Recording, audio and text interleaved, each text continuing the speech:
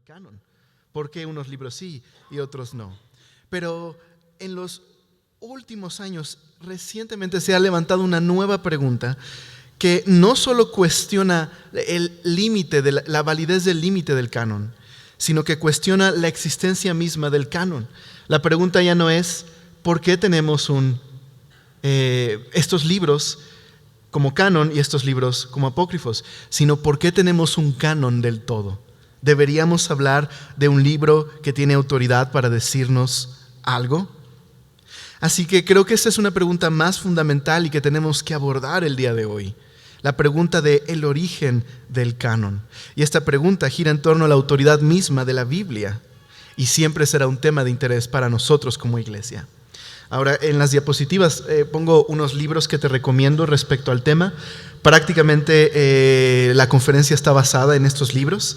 Entonces, bueno, un libro en español, El origen de la Biblia, es un buen libro. Es una compilación de varios eruditos. Puedes conseguirlo incluso el día de hoy, me parece que lo tenemos en librería. Y los otros tres son en inglés.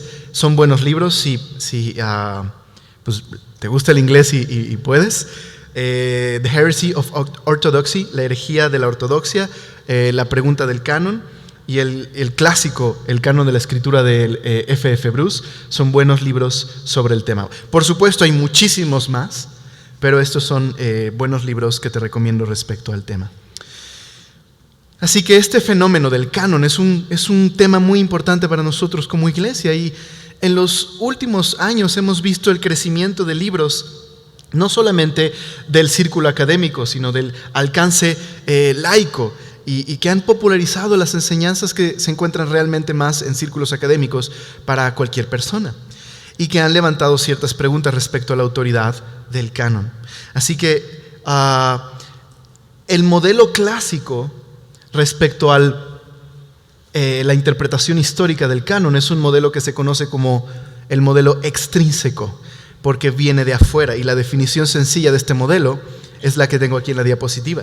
El canon no fue parte de un desarrollo natural del cristianismo primitivo. ¿Eso qué quiere decir? Que no hubo nada en el cristianismo primitivo o incluso en los escritos de los primeros cristianos que naturalmente llevara al desarrollo de un canon. En vez, el canon es un producto del desarrollo eclesiástico tardío.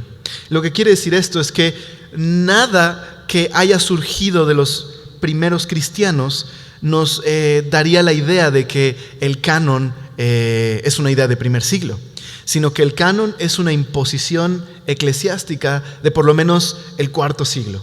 Entonces, este es el modelo extrínseco, y no te preocupes, voy a tratar de hacer referencia a este modelo y a la definición para que podamos recordarlo. Es el modelo extrínseco.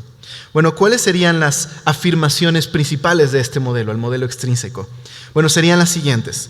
Número 1, tenemos que hacer una diferencia entre las escrituras y el canon.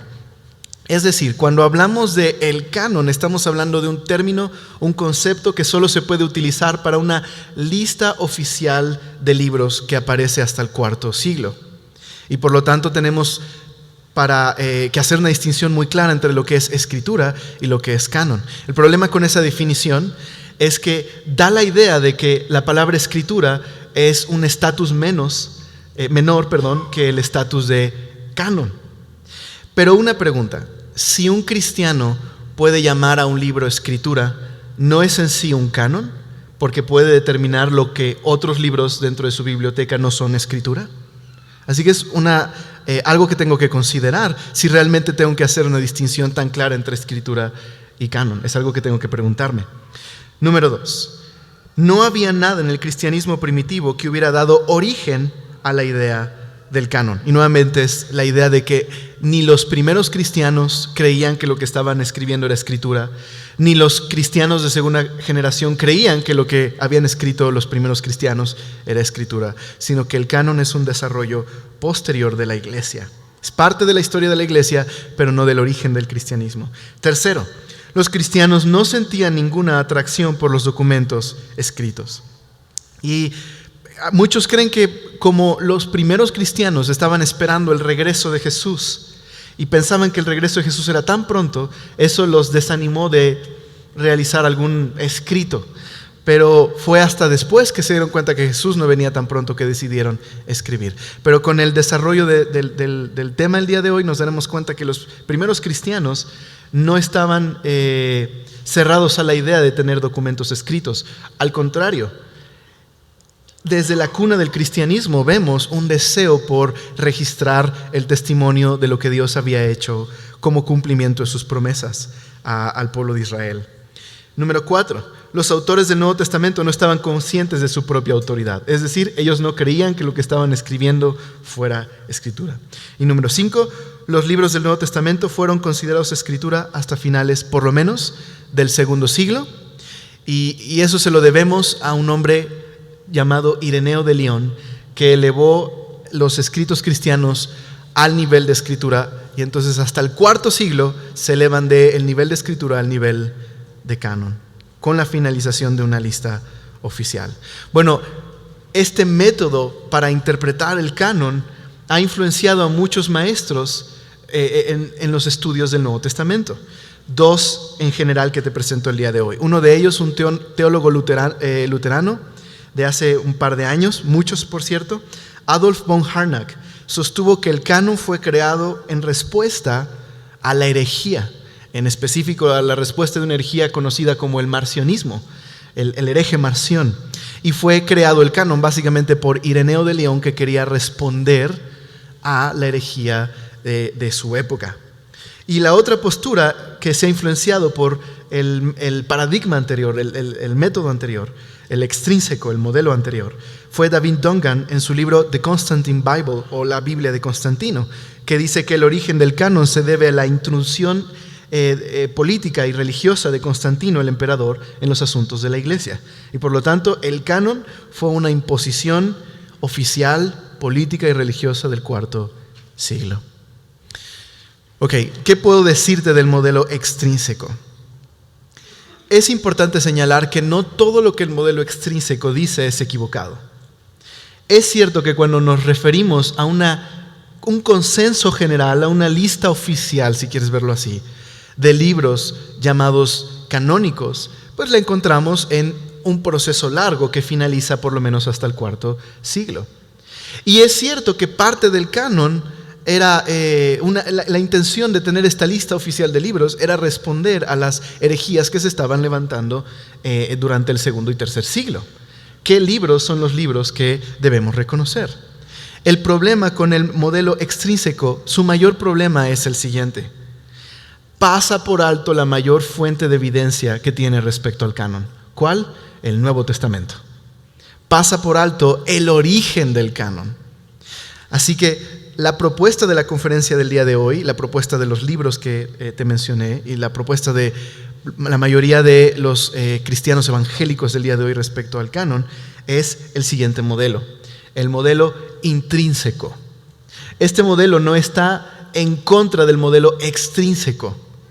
Reconoce los puntos fuertes del modelo extrínseco, pero reconoce que tiene una gran falla el modelo extrínseco, y pasa por alto el Nuevo Testamento. Es decir, el modelo extrínseco parte del cuarto siglo para interpretar lo que sucedió en el primer siglo, lo cual sería conocido como un anacronismo: situar una cosa, persona, en una época que no le corresponde. Es equivocado estudiar el primer siglo a la luz del cuarto siglo. Más bien debería estudiarse el desarrollo del canon hasta el cuarto siglo a la luz de lo que sucedió en el primer siglo. Así que el modelo intrínseco podrías decir que es un modelo que sugiere una definición, déjenme decir la palabra como la manejarían los académicos, ontológica del canon. ¿Qué quiere decir eso? Que no vamos a poner nuestra atención solamente a la resolución del canon en el cuarto siglo, sino a lo que significa en sí el canon. Michael J. Kruger dice así: este modelo sugiere que la idea del canon no es una imposición externa, sino el desarrollo orgánico interno. La comunidad cristiana del primero y segundo siglo tenían ciertas características y un número de, corrigen ahí la palabra por favor, creencias, no es ciencias, aunque bueno, creían en ciertas ciencias, por decirlo así, teológicas, que cuando se consideraban en conjunto habrían hecho de una colección de nuevos libros canónicos algo esperado y natural. ¿Okay? Entonces, la siguiente comparación creo que nos va a ayudar a entender lo que quiero proponerles el día de hoy.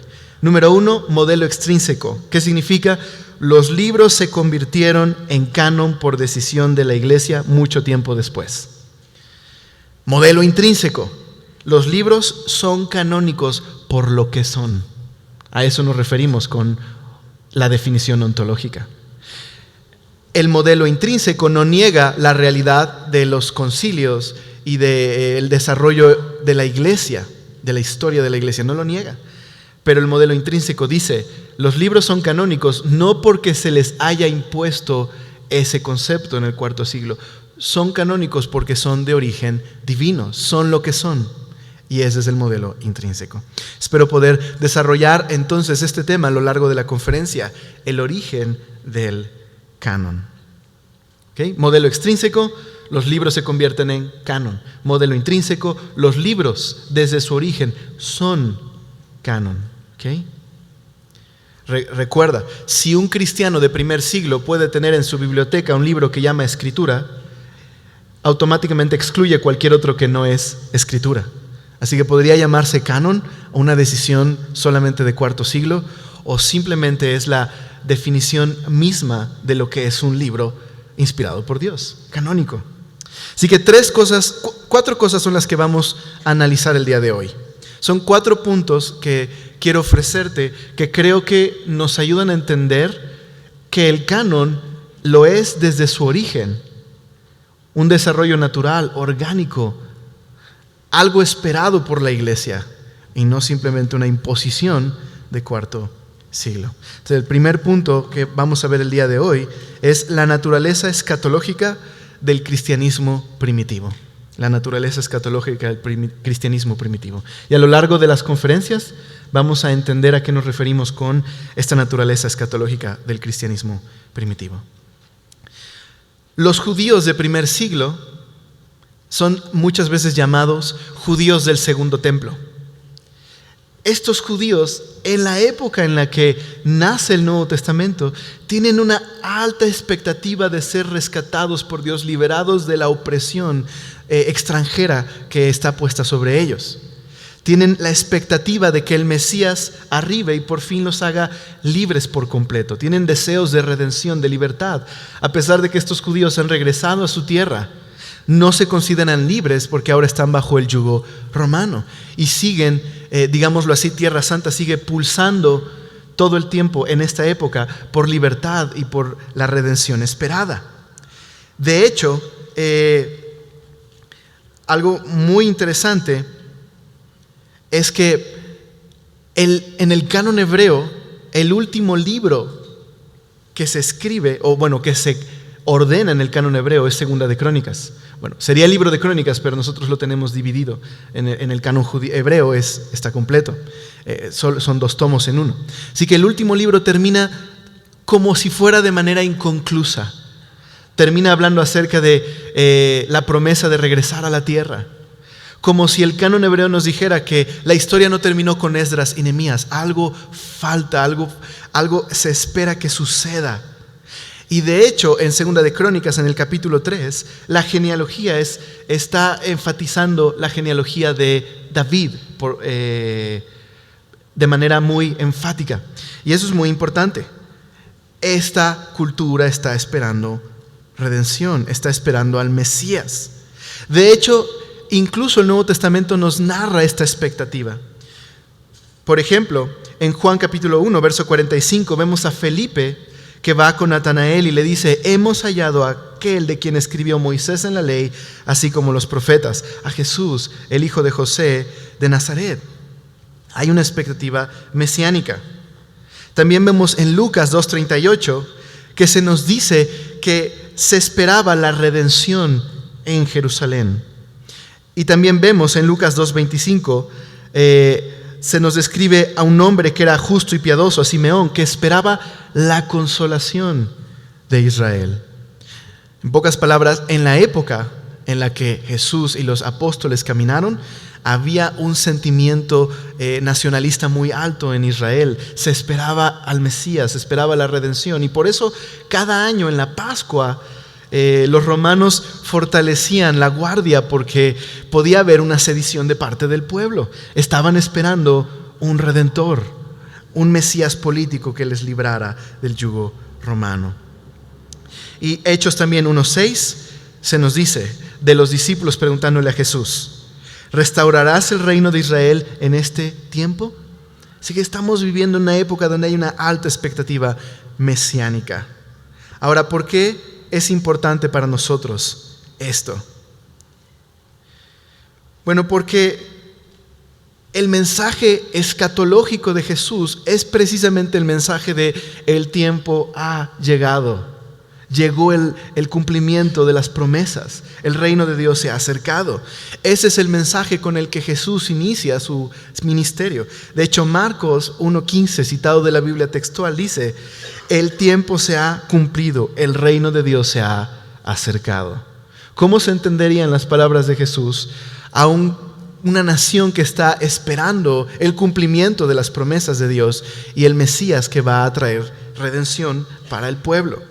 Luego en Lucas 4, 16, 21, indudablemente Jesús cita el Antiguo Testamento, una porción de Isaías, y la aplica él mismo. Es una porción que describe el ministerio del Mesías. Y dice él: hoy se ha cumplido esta escritura delante de vosotros.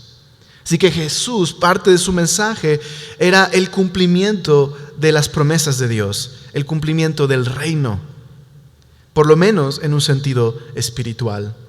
Así que el mensaje de Jesús nos enseña aún más sobre esta expectativa mesiánica de los cristianos del primer siglo. Es más, los cristianos veían en Jesús un segundo Moisés. Si tú recuerdas, ¿cuál fue el gran libertador de Israel? El que trajo Dios por medio de él una gran redención. Pues Moisés en el Éxodo. Jesús es visto como un segundo Moisés para los primeros cristianos.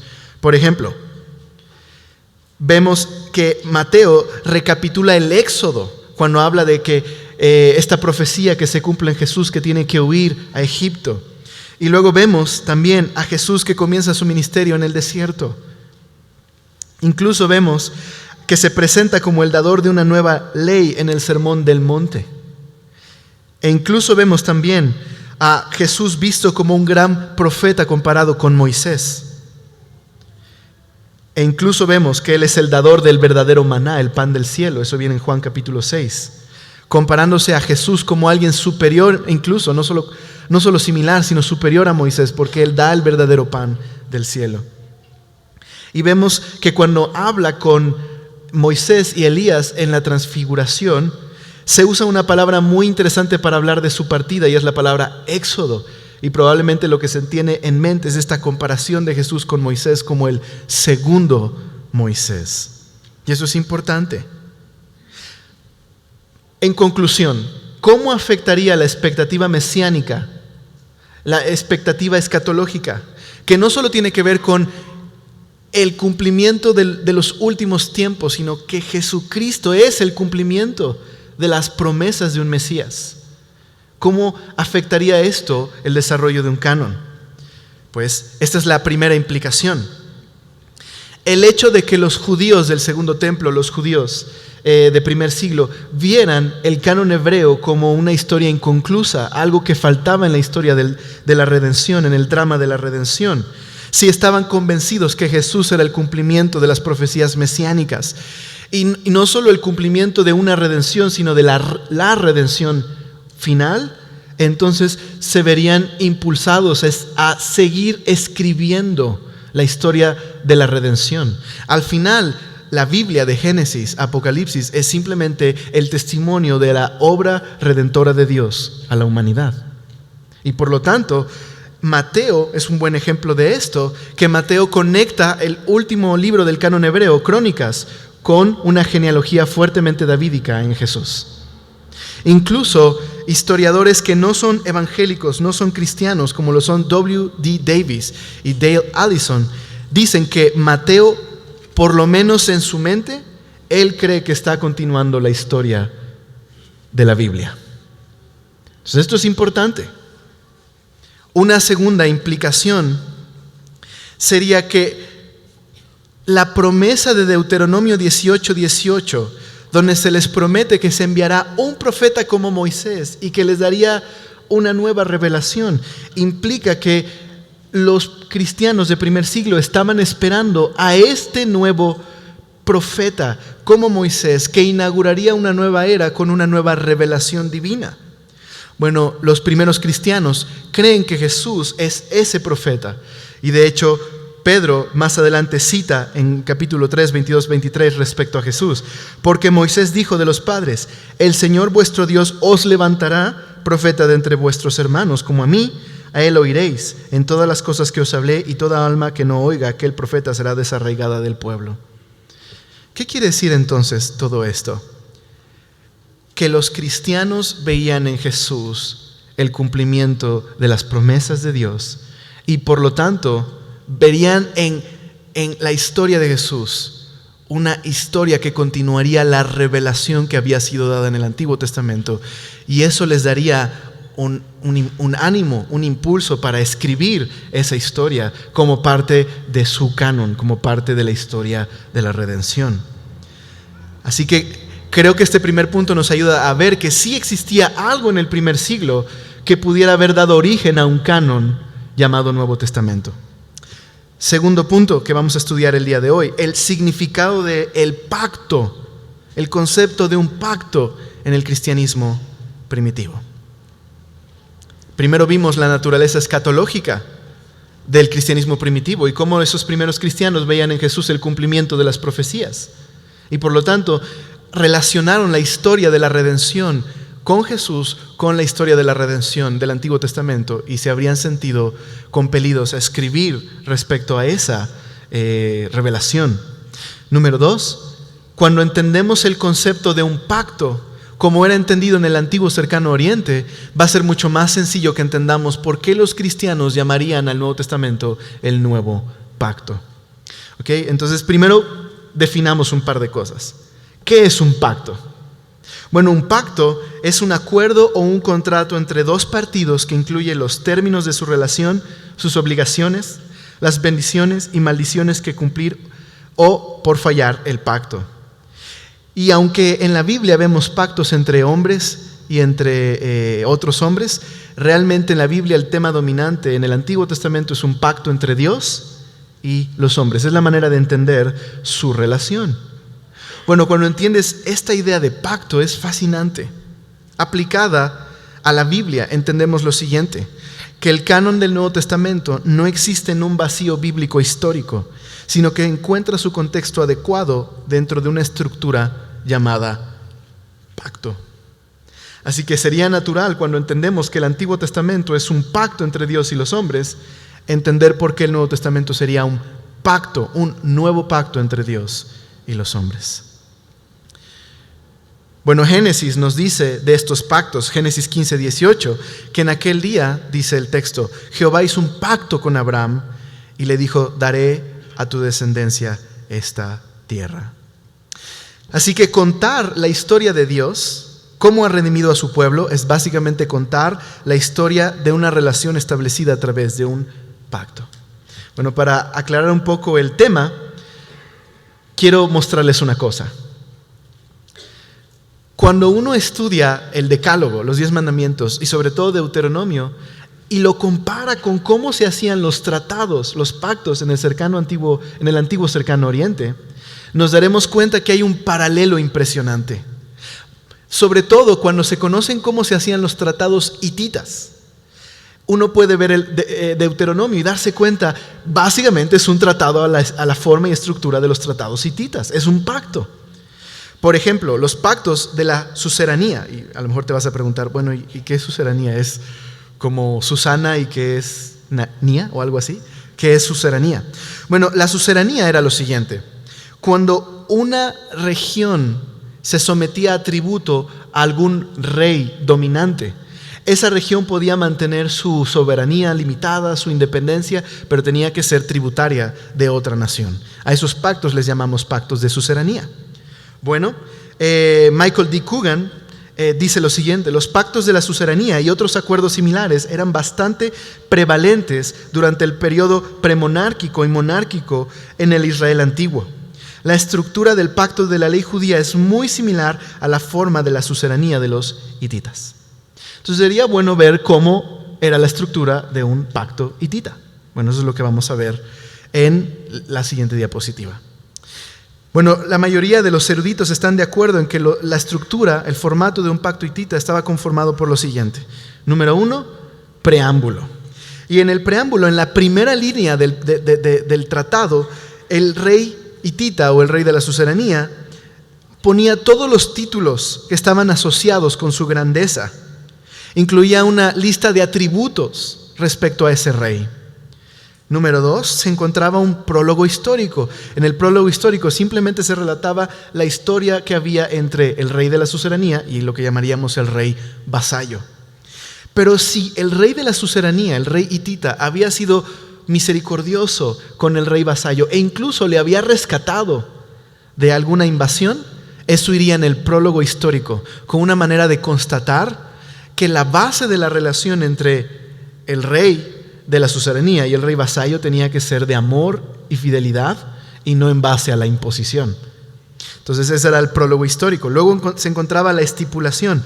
En la estipulación se encontraban todos los términos del pacto, las obligaciones de cada partido, el acuerdo que tenían que cumplir. Y en esas obligaciones se encontraba que se requería lealtad al rey vasallo, lealtad del rey vasallo, y también se ofrecía protección de parte del rey de la suceranía si algún ejército invadía al rey vasallo.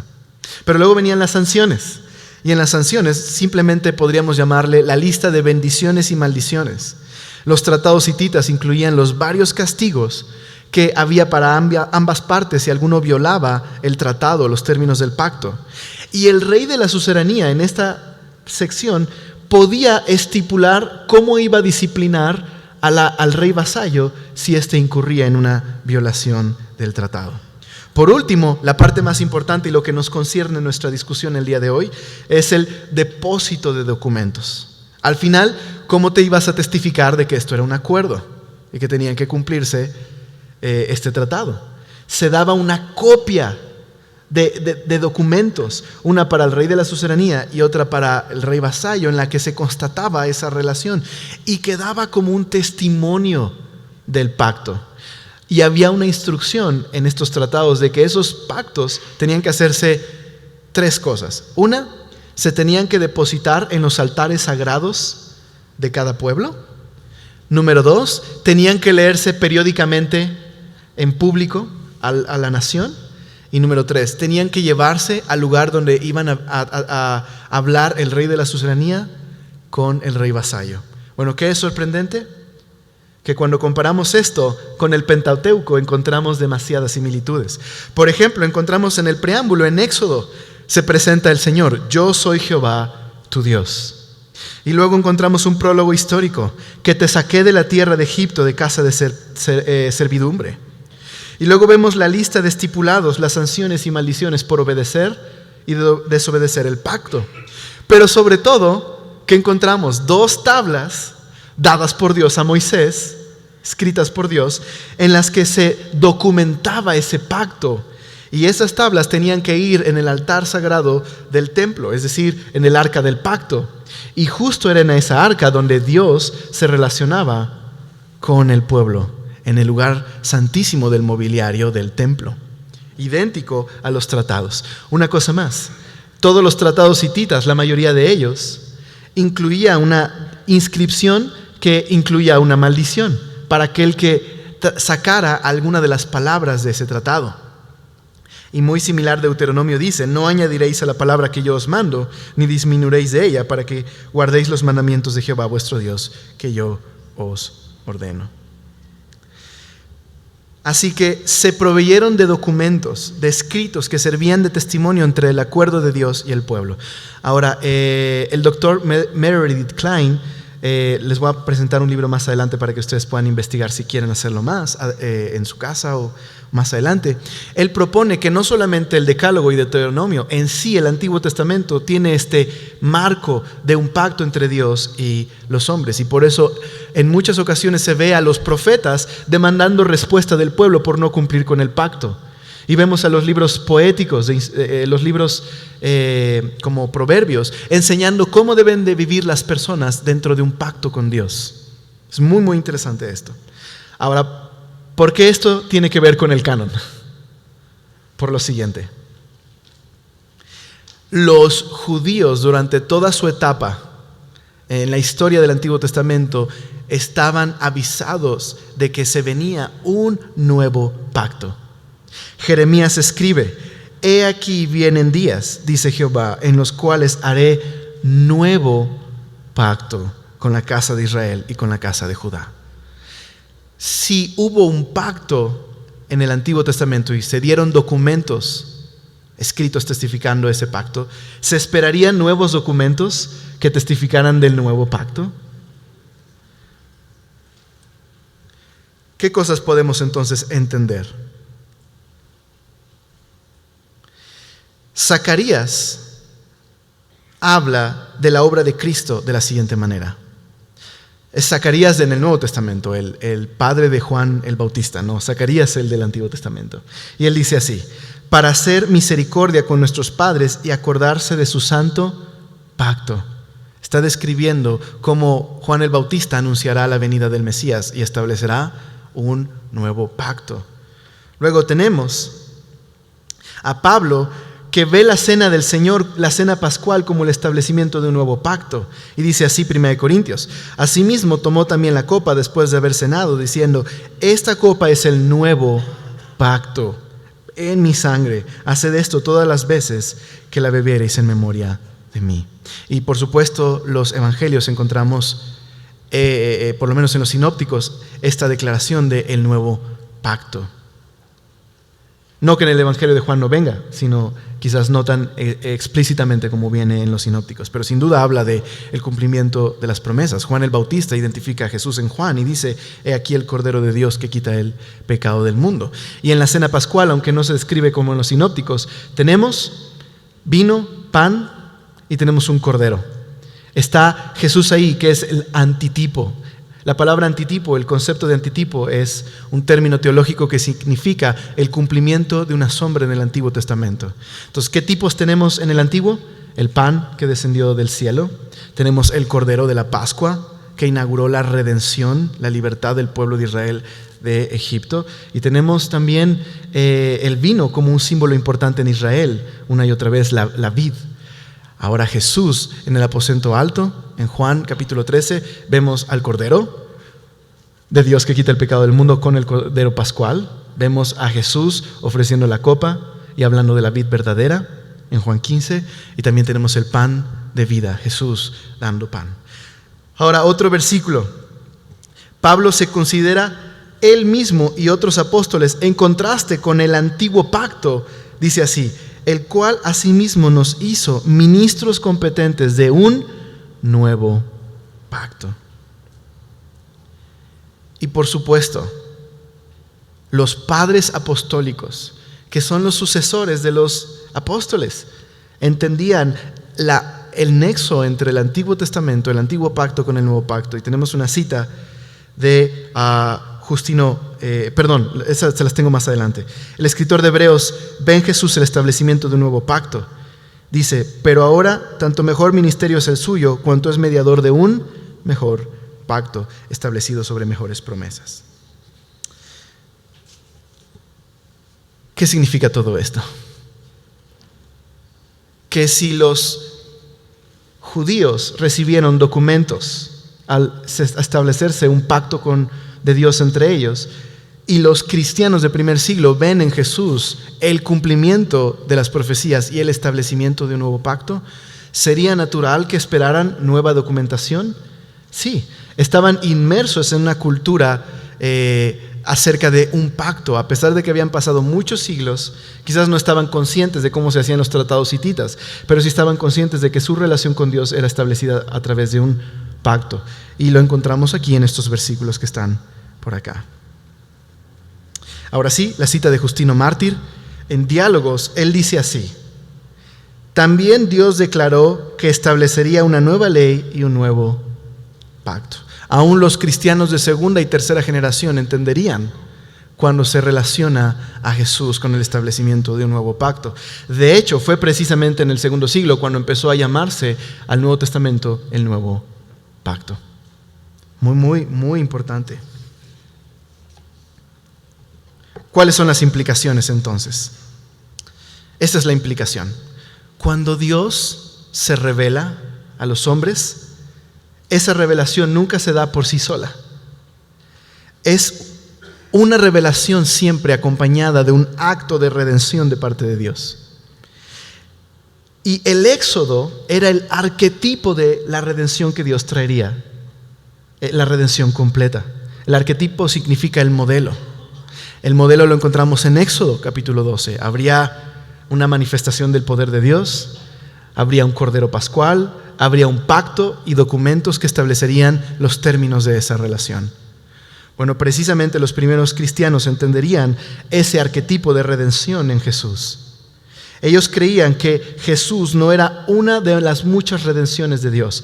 Creían que Él era la redención, la revelación final. Por eso el escritor de Hebreos dice: Dios, habiendo hablado muchas veces y de muchas maneras en otro tiempo a los padres por los profetas, en estos posteriores días, esta es su palabra final, nos ha hablado por el Hijo, a quien constituyó heredero de todo y por quien asimismo hizo el universo. Así que es muy claro entender que debido a la conexión que hay entre el Antiguo Testamento con los escritores del primer siglo, que ellos entenderían este nuevo pacto como una revelación de Dios, y como Jesucristo es esa revelación de Dios final, y por lo tanto habría una nueva documentación estipulando la relación que ahora había entre Dios y el pueblo, el nuevo pacto. Kostenberg y Kruger, en el libro La herejía de la ortodoxia, engloban lo que hemos estado hablando en esta frase. Es este amanecer de Dios en la esperada redención triunfante en la persona de Jesucristo, que es el fundamento para dar nuevos documentos canónicos y, agréguenle un no, y no la política eclesiástica de cuarto siglo. En pocas palabras, el antiguo pacto no solo servía para estipular cómo sería la relación entre Dios y el pueblo, también servía para testificar a futuras generaciones el acto redentor de Dios en Israel. De la misma manera, el nuevo pacto no solo estipula la nueva relación entre Dios y los hombres, es un testimonio del acto redentor de Dios para la humanidad. Eso es el nuevo pacto. Pocas palabras, el nuevo pacto son divinas palabras de triunfo. Eso es. Y una cosa importante aquí, el canon al final siempre se da para forjar a una comunidad. Y eso lo vemos muy claro en el Antiguo Testamento. El Antiguo Testamento no solo servía el Decálogo, el Pentateuco, para establecer los términos de una nueva relación, testificar a futuras generaciones de la redención que Dios había obrado en Israel, servía para forjar una comunidad en la cual Dios pudiera unirse a esa comunidad, relacionarse con esa comunidad. De la misma manera, vemos a los escritores del Nuevo Testamento dándonos principios canónicos sobre cómo debemos caminar como cristianos para relacionarnos con Dios y que Dios se relacione con nosotros. Y por ejemplo vemos a Pablo en Efesios capítulo 5, 25 al 26, diciéndole a los efesios: maridos, amad a vuestras mujeres, y luego dice: así como Cristo amó a la iglesia y se entregó a sí mismo por ella para santificarla, habiéndola purificado en el lavamiento del agua por la palabra, siendo la palabra la que separa a la iglesia y forja una comunidad llamada la novia de Cristo. Y luego vemos en primera de Pedro, también Pedro estando consciente de esta idea, dice: vosotros también, como piedras vivas, sed edificados como casa espiritual y sacerdocio santo, para ofrecer sacrificios espirituales aceptables a Dios por medio de Jesucristo. Así que los documentos canónicos forjan una comunidad en la que Dios puede unirse a ellos y vivir entre ellos. Entonces, ¿qué es lo que hemos visto hasta este momento? Hemos visto el concepto del canon en el cristianismo primitivo, a la luz del concepto del pacto. Hemos visto el concepto del canon y la historia de la redención, y hemos visto el concepto del canon, cómo forja una comunidad. Si necesitas más información acerca del tema, el libro Treaty of the Great King de Mary D. Klein es un buen libro al respecto de cómo podemos encontrar en el Antiguo Testamento una estructura en forma de un tratado, de un pacto. Bueno, estamos ya por terminar la conferencia y quiero añadir un punto más que fortalece la idea de que el canon es un origen natural, es un concepto inherente a las mismas escrituras. El oficio del apóstol en el cristianismo primitivo. Hemos visto la expectativa escatológica de los cristianos de la iglesia, los cristianos del cristianismo primitivo. Hemos visto también el concepto de un pacto y ahora veremos el oficio del apóstol en el cristianismo primitivo. Así que definitivamente Dios dotó de documentos canónicos que establecen la relación entre Dios y su pueblo. Pero ¿quiénes serían los encargados de testificar de ese testimonio? Pues el oficio del apóstol en la iglesia es el oficio de guardar para las futuras generaciones el testimonio de la redención. De hecho, el nexo que existe entre la obra redentora y la anunciación de esta es precisamente el ministerio apostólico. El apóstol entonces tenía que ser el guardián, el preservador y el comunicador del mensaje de la redención. Los primeros cristianos, por lo tanto, habrían entendido la autoridad que tenía un apóstol, como si Cristo mismo hablara a través de ellos. Y esa es la idea del oficio del apóstol. De hecho, veamos algunos versículos que nos muestran en el Nuevo Testamento cómo los apóstoles se veían a sí mismos con autoridad apostólica y cómo los cristianos veían a los apóstoles con autoridad apostólica. Por ejemplo, Lucas, Jesús le dice a los discípulos en la comisión: el que a vosotros oye, a mí me oye, y el que a vosotros desecha, a mí me desecha, y el que me desecha a mí, desecha al que me envió. Jesús dándole autoridad a los apóstoles. Luego tenemos a Juan citando en la resurrección de Jesús la gran comisión a los discípulos. Entonces Jesús les dijo otra vez: paz a vosotros, como me envió el Padre, así también yo los envío. Y luego en 2 de Tesalonicenses vemos a Pablo diciendo: así que hermanos, estad firmes y retened la doctrina que habéis aprendido, sea por palabra o sea por carta nuestra. Hablando de la autoridad inherente de una carta de origen apostólico. Y también en 2 de Tesalonicenses 3:14 dice: si alguno no obedece a lo que decimos por medio de esta carta, a este señaladlo y no os juntéis con él para que se avergüence. Nuevamente estableciendo una autoridad apostólica en la carta. Veamos un par de versículos más que tenemos aquí. En Hechos 10, 40 y 43. Dice: a este levantó Dios al tercer día e hizo que se manifestase no todo el pueblo, mira lo que dice Pedro, sino a los testigos que Dios había ordenado de antemano.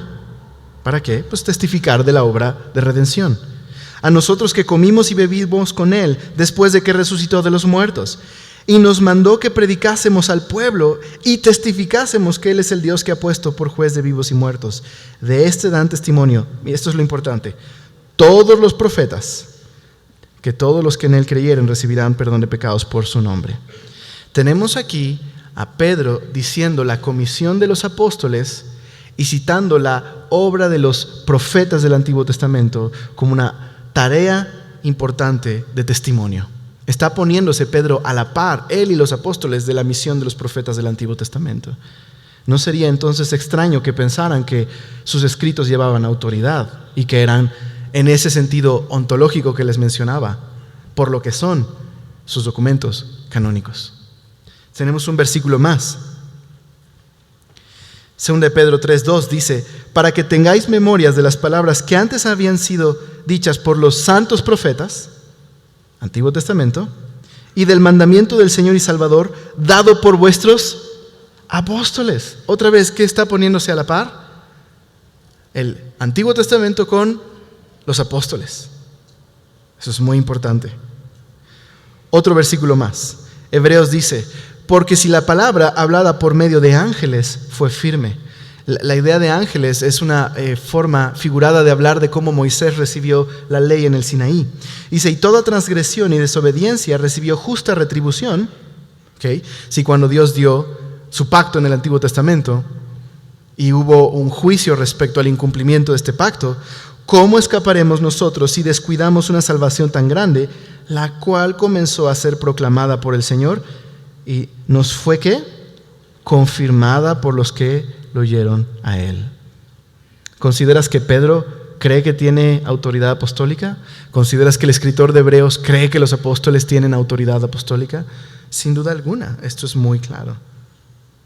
Y 1 Tesalonicenses 2:13, Pablo se atreve a decir, por lo cual también nosotros sin cesar damos gracias a Dios, de que cuando recibisteis las palabras de Dios que oísteis de nosotros, las recibisteis no como palabra de hombres, sino como según es en verdad, la palabra de Dios, la cual actúa en vosotros los creyentes. Podríamos traer muchas más citas, pero creo que N.T. Wright engloba toda esta enseñanza que hemos tenido hasta el día de hoy con la siguiente frase. Se dice que los escritores del Nuevo Testamento no estaban preparados, que lo que escribían era no estaban pensando en que era escritura. Eso es difícil de sustentar históricamente el día de hoy. El caso de que muchos de sus escritos eran en varios sentidos ocasionales no es el punto. Fue precisamente en esos puntos de urgencia y necesidad en que Pablo está más consciente de que sus escritos tienen autoridad. Por ejemplo, Gálatas o Corintios, que los escribe con urgencia. Por el apostolado que recibió de Jesucristo y por el poder del Espíritu Santo para traer vida y orden a la iglesia por sus palabras. Un ejemplo es Gálatas, donde le dice a los Gálatas que tengan cuidado con no creer a otro mensaje que no sea el mensaje dado por los apóstoles, al grado de que Pablo dice, si un ángel del cielo o yo les doy otro evangelio, que sea maldito. ¿Crees que el apóstol Pablo claramente entiende lo que es un mensaje de parte de Dios y lo que sería cualquier otro mensaje? Sin duda alguna. Muy bien, el último punto y terminamos. El canon que surge entonces como conclusión de manera natural en el cristianismo primitivo.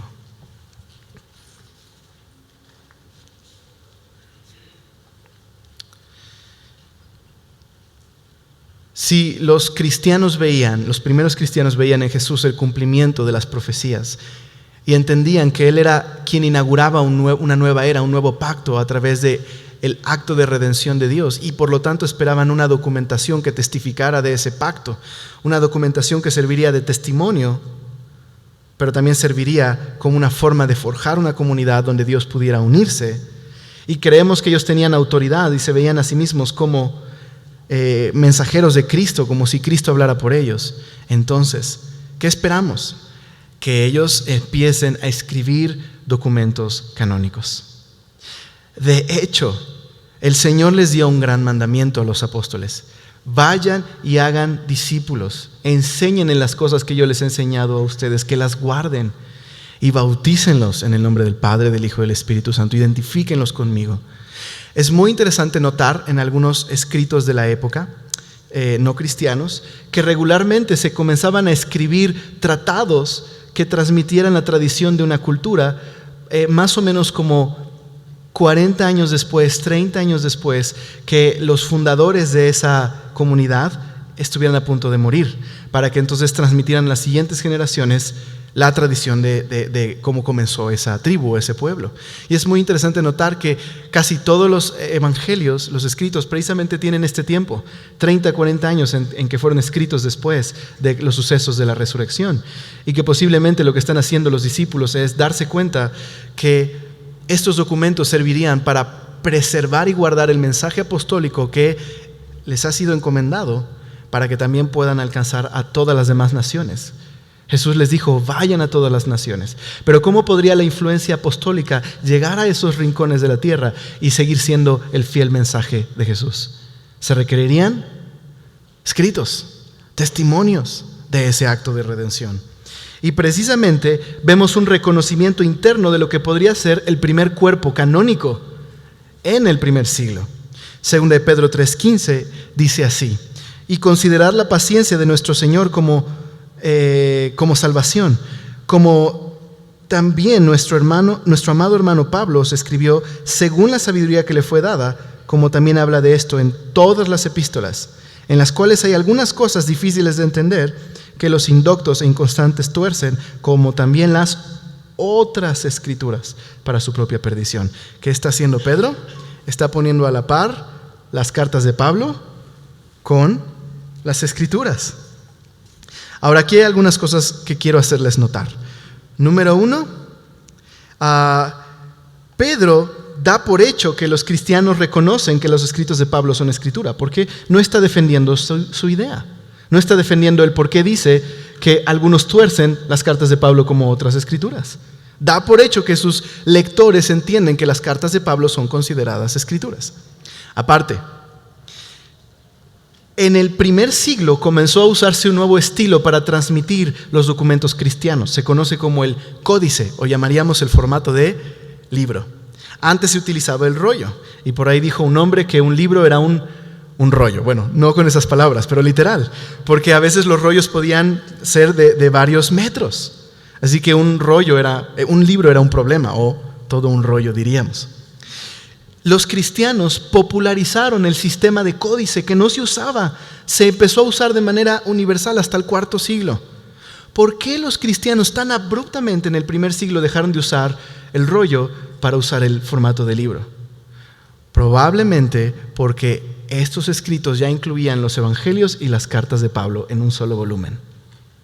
Y esa es la razón por la que tan abruptamente vemos el formato de libro en el primer siglo, a mitades del primer siglo. Eso es muy importante. Así que quizás Pedro está haciendo alusión a un libro que tiene todas las cartas de Pablo y que ya se distribuía. Incluso el apóstol Pablo manda a los cristianos a tener una lectura pública de sus cartas en las iglesias. Eso es muy, muy interesante. Ahora, Pablo cita el Antiguo Testamento y el Nuevo Testamento en una sola carta. Vemos a Pablo que dice en 1 Timoteo 5:18: pues la Escritura dice, no pondrás bozal al buey que trilla, Antiguo Testamento, y luego, digno es el obrero de su salario. Es una cita exacta de Lucas. Algunos han argumentado que no es necesario que Pablo esté citando del Evangelio de Lucas, quizás está citando de la tradición oral, y no hay que descartar esa posibilidad. Puede ser cierto que esté citando de la tradición oral. El problema es que en el griego, la forma en la que está escrito en 1 Timoteo es idéntico a como está escrito en Lucas. Aparte, déjenme proponerles algo que Craig Blomberg propone respecto a las fechas de Lucas. Hechos parece quedar inconcluso, posiblemente porque Pablo no ha muerto. Y si Pablo muere por ahí del 64 al 66, y Hechos es una obra que queda inconclusa porque Pablo no ha muerto, entonces Hechos es antes del 64. Y si Lucas es una primera obra antes que Hechos, podríamos situar a Lucas por ahí del 60, justo en la época donde se escribe 1 Timoteo, con tiempo suficiente para que Pablo probablemente conozca el Evangelio de Lucas, sobre todo pensando que Lucas era asociado de Pablo y caminaba cerca de él. Por último, esa es la última diapositiva del día de hoy. Tenemos todas las citas de los padres apostólicos que citan abundantemente a los apóstoles, incluso a veces a la par del Antiguo y el Nuevo. Por ejemplo, vemos a Clemente de Roma, que él cita textos de Mateo, Marcos, Lucas, Hechos, 1 Corintios, Tito, Hebreos y 1 Pedro para el 95. Vemos a Ignacio, el obispo de Antioquía, que conoció a los apóstoles, probablemente a Pablo, algunos creen, o a Juan, y en sus cartas hay citas de Mateo, Juan, Hechos, Romanos, 1 Corintios, Gálatas, Efesios, Filipenses, Colosenses, 1 y 2 de Tesalonicenses, 1 y 2 de Timoteo, Santiago y 1 de Pedro. Policarpio fue martirizado en el año 86 y fue obispo de Esmirna y discípulo directo de Juan el apóstol. Y luego nos falta Hermas de Roma, Tasiano e Ireneo de León, que es discípulo de Policarpio. Ellos citan abundantemente el Nuevo Testamento. Se los voy a dejar con una cita de un padre apostólico, precisamente de Policarpio. En Filipenses 12:1 él dice: porque estoy persuadido de que estáis bien versados en los escritos santos. Qué interesante, esto es antes de Ireneo de León y habla de escritos sagrados. Dice: y nada está escondido de vosotros, pero a mí esto me ha sido concedido, solo que según dicen estas escrituras. Una fórmula muy interesante que ocupa el Antiguo Testamento y que muchos padres apostólicos utilizan para introducir citas del Antiguo y del Nuevo. Enojaos y no pequéis, y que el sol no se ponga sobre vuestro enojo. ¿Alguien sabe de dónde proviene esa cita? De Efesios. Efesios. Los apóstoles creen que tienen autoridad. Sus cartas son vistas con autoridad. Incluso se manda a que se lean. ¿Cuál sería nuestra conclusión de la conferencia, la primera conferencia? Que no hace justicia el modelo extrínseco a la idea de un canon hasta el IV siglo. Si bien reconoce que la lista oficial de libros, y aunque no tengo el tiempo en esta conferencia para hablar de eso, en alguna futura conferencia podremos hablarlo. Solo puedo decirte que no creas que había una apertura y una diversidad tan grande que no se reconocía nada. Algunos libros que alguna vez estuvieron en una discusión por algún tiempo fue Hebreos, Segunda y Tercera de Juan, Judas, pero todo el cuerpo paulino prácticamente y todos los evangelios fueron aceptados desde un principio. Entonces, sí hay un proceso llamado canon, pero podemos ver que el modelo intrínseco hace mayor justicia a la información histórica, que la idea de canon es inherente a los libros. Y que los primeros cristianos creían que estos libros eran inspirados por Dios y que estos libros eran una documentación dada por Dios para testificar del acto de redención. Quiero darte una sugerencia. Creo yo que el debate del canon al final no gira en torno a la evidencia, sino gira en torno a un problema en nuestra cultura. Vivimos en una cultura que practica la siguiente filosofía: nadie tiene el punto de vista correcto. Y creo yo que es esta filosofía pluralista el gran problema en el debate del canon. Nadie tiene por qué decirnos qué libros son canónicos. Nadie tiene el punto de vista correcto. Y creo yo que ese es el meollo del problema, el punto neurálgico de esta discusión. Muchas gracias.